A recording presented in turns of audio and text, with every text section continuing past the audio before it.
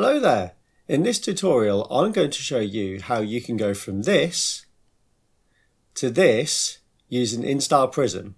I'm going to do a simple two-colour scheme and utilise the image analyzer and the scheme editor. So instead of me waffling on in this intro, let's just dive in, shall we? If at any point you need to go to the bathroom, just press the pause button down there and I'll wait for you to come back. For the first section of the model, we're going to use the image analyzer. Because the Gibdo is a mummy from the Legend of Zelda, naturally we'll want to find something fitting, and this is where the image analyzer comes in handy. Instead of trying to find a colour that fits in the scheme editor or the paint mixer, we can utilise real-life resources from ancient Egypt and get actual Hessian cloth colours. Although finding the one you want is trickier than it first seems, as there is an awful lot to choose from. But I went for this sandy looking colour as I felt it would fit perfectly with what I had in mind for the model. As the image is a PNG file, Prism will happily accept it. To use it, simply right click on the picture and click on copy link, and then back in Prism, click on the URL bar and press Ctrl and V to paste the address into the bar. Then click on get image and Prism will load the image into the program. Although it might not seem like there's a lot of colour to choose from, ideally I want a bit of choice so I can zone in on the colour I'm looking for, as well as what the shading and highlight colours should look like. To do this, I'm going to ask Prism to break the image down into 5 colours. Then I'll click on Analyze Image and let Prism do its magic. It will display the grouped colours in the middle window. Clicking on the individual colours shows me where the colour group is in the image in the right window. This colour looks right for me for what I have in mind with this model. With that colour selected, I need to find out how to make it from the 7 colours that Prism uses. I've opted not to change the database for this tutorial and staying with the full database. Once it has found the closest matching colour, I then need to send it to the scheme editor to fine tune the colours I need.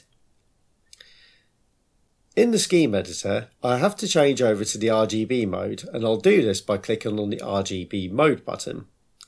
For me, the highlight colours are a bit too close to the main colour, so by moving the corresponding sliders to the right, I can increase the brightness of the colours from their default. This will differentiate them and provide a little more depth to the model. Now I'm happy with that setup, I can go ahead and ask Prism to search through the database to find all 4 colours. Again, for this tutorial, I haven't opted to use a different database. After a minute or so, because of the size of the database, Prism finds the closest matching colours and groups them all together with their recipes and recipe code. As I'm happy with these results, I'll type a name in for the scheme and save it to the scheme manager for later retrieval. As a final check, I'll load up the model painter screen, select the creator and the model. Then I'll select the single colour available and the area I want to apply it to. Then press this button to apply the colour to that area. This gives me an idea of how the base colour should look once I get painting. But before I get to that stage, I still need to find a colour for the skin. For this tutorial, I'm going to go for a purple skin as this is analogous to the rich pink-brown colour of the wraps. To do this, I'll need to reset the editor and change over to the HSL mode that will let me dial in the colour that I want. By adjusting the angle, saturation and brightness values, I can adjust the search colour to find exactly what I'm looking for. By checking the colours in the model painter, I can see this first colour is a little too dark and saturated for what I have in mind.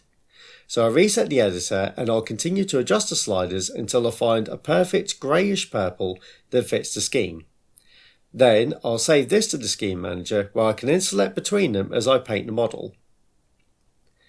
The codes on the right are there to easily share with other painters. By giving them a code along with the other values you select, you can easily share schemes. Now that we have the colours for the model, the next part is to paint it. The first thing to do is make the base colour for the wraps. For this, we'll squeeze out 5 drops of white, 2 drops of warm blue, 1 drop of magenta, and 3 drops of yellow.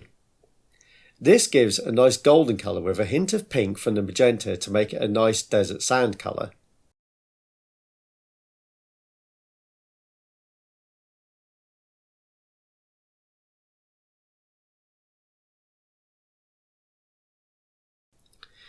You'll notice that as I apply it, I'm not using any thinner products. This is because alpha doesn't necessarily require thinning out of the bottle because of how it's formulated. It's thin enough to use straight away and dries paper thin on the model. If you decide to use other brands with Prism, then you'll need to thin them down as required. 2 coats will be enough to make sure that we get a nice even coverage on the wraps. Next thing I need to do is apply the shade. I can already hear the algorithmic scheme of this is just another painting video. But bear with me as this one uses Water Plus from the Provectus range in conjunction with the Alpha range to make a wash that is better than a generic shelf based one. I'll make the shade colour in the same way as I did before with the base colour by combining black, white, magenta and yellow to make a deep green brown colour. Then I'll take some to one side and add a single drop of Water Plus from the Provectus range. If you haven't experienced Water Plus yet, you really need to. It's the most versatile and phenomenal product on the market. This will turn that small blob of paint into a strong wash. The consistency I have now is exactly how I like it to be, so I'll apply this all over the wraps to add depth and colour to the recesses and the gaps in between the wraps, and then leave it to dry.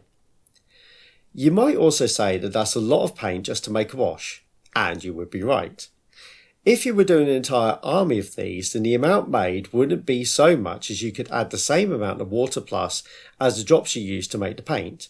Or alternatively, you can make it into an empty dropper bottle and use it later.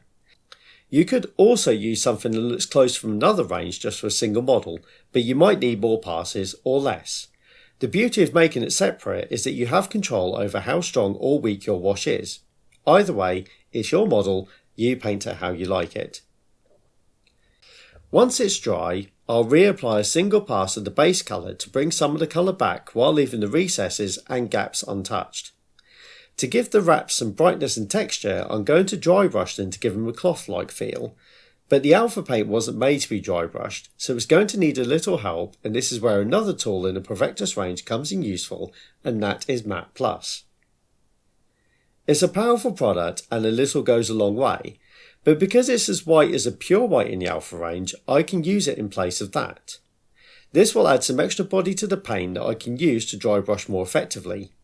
The more Matte Plus you add, the chalkier the paint becomes and the less adherence it has.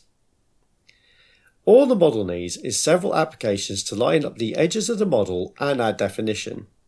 I'll do the same with the final highlight, but with a few lighter passes so it doesn't overwhelm. Once that's done, the last part to do is the flesh, which largely goes the same way as the wraps did, with the exception of the highlighting, which is done by brush rather than dry brushing for fairly obvious reasons. The last touch is a red eye. If you want the recipe for that one, it's just a single drop of warm red. And that's pretty much all there is to it. A simple 2-colour scheme made in Prism and translated to a tabletop ready for your next dungeon crawl.